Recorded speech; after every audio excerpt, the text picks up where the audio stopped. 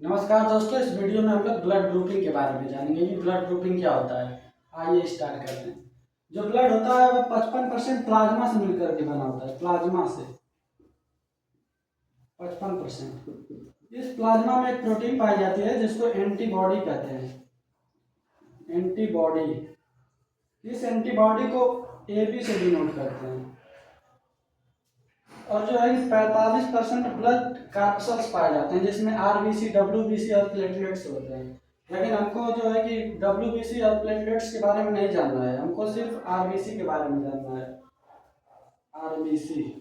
जो RBC होती है इसके सरफेस पर एक स्ट्रक्चर पाया जाता है, एक जिसको कहते हैं एंटीजन। क्या कहते हैं? एंटीजन। वह भी एक प्रकार की प्रोटीन होती है, एंटीजन। उसको AG से डिनोट करते हैं। आरबीसी पर जो एंटीजन पाया जाता है और जो प्लाज्मा में एंटीबॉडी पाई जाती है, इसी को देख करके पता करते हैं कि ब्लड ग्रुप कौन सा है। अब आइए देखते हैं ब्लड कितने प्रकार का होता है और ए ब्लड ग्रुप में एंटीजन कौन पाया जाता है, बी ब्लड में कौन सा एंटीजन पाया जाता है और AB ब्लड में एंटीजन कौन सा पाया जाता है। तो जो है कि 4 प्रकार का ब्लड होता है। एक तो होता है A, दूसरा B, तीसरा AB और चौथा O होता है। A, B, AB और O। जो AB होता है उसके प्लाज्मा में जो एंटीबॉडी पाई जाती है वो B होती है। और जो बी वाला होता है ब्लड ग्रुप, उसके प्लाज्मा में जो एंटीबॉडी पाई जाती है वो एंटीबॉडी A होता है। और जो AB वाला होता है इसके प्लाज्मा में जो है कि एंटीबॉडी नहीं पाया जाता है, निम्न होता है। और जो O वाला ब्लड ग्रुप होता है उसके प्लाज्मा में दोनों एंटीबॉडी पाया जाता है, A भी और B भी। और जो RBC होता है, RBC, ए ब्लड ग्रुप वाले के RBC पर एंटीजन जो होता है वह A एंटीजन पाया जाता है, एंटीजन। और जो B ब्लड ग्रुप वाला होता है उस पर B एंटीजन पाया जाता है, एंटीजन। और जो AB वाला होता है उस पर दोनों एंटीजन पाया जाता है, A भी पाया जाता है और B भी पाया जाता है। A एंटीजन, एंटीजन और B एंटीजन दोनों पाया जाता है, एंटीजन। और जो O ब्लड ग्रुप वाला होता है उस पर एंटीजन नहीं पाया जाता है।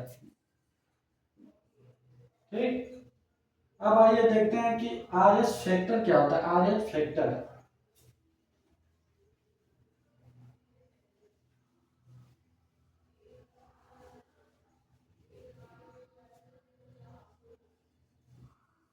RH फैक्टर,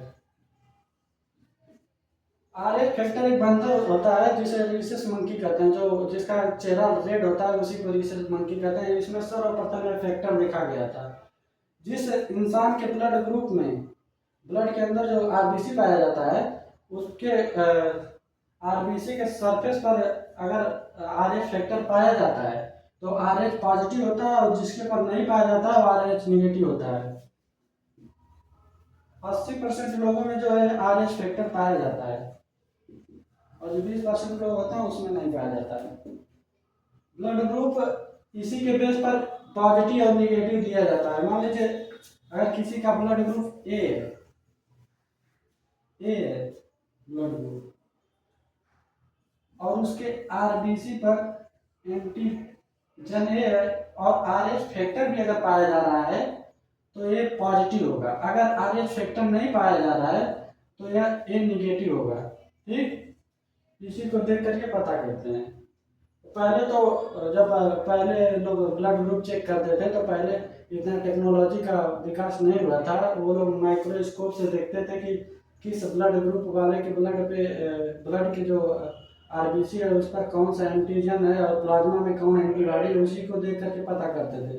लेकिन अब जो है टेक्नोलॉजी का विकास हुआ है। अब एक स्लाइड लेते हैं, ग्लास का स्लाइड लेते हैं, उस स्लाइड पर A लिख देते हैं, B और D, और यहाँ पर एक एक बूंद ब्लड गिराते हैं और एक आता है एंटी-B रिएजेंट आता है, एंटी-A रिएजेंट आता है और एंटी-D रिएजेंट आता है। और इस ब्लड में उस रिएजेंट को डालते हैं, ए वाले में ए रिएजेंट, बी वाले में बी रिएजेंट और डी वाले में डी रिएजेंट, और इसको मिक्स करते हैं। इसमें से जो मान लीजिए बी वाला ब्लड ग्रुप वाला या जो ब्लड है अगर ये फट गया तो समझिए कि बी ब्लड ग्रुप जो है बी है उस इंसान का।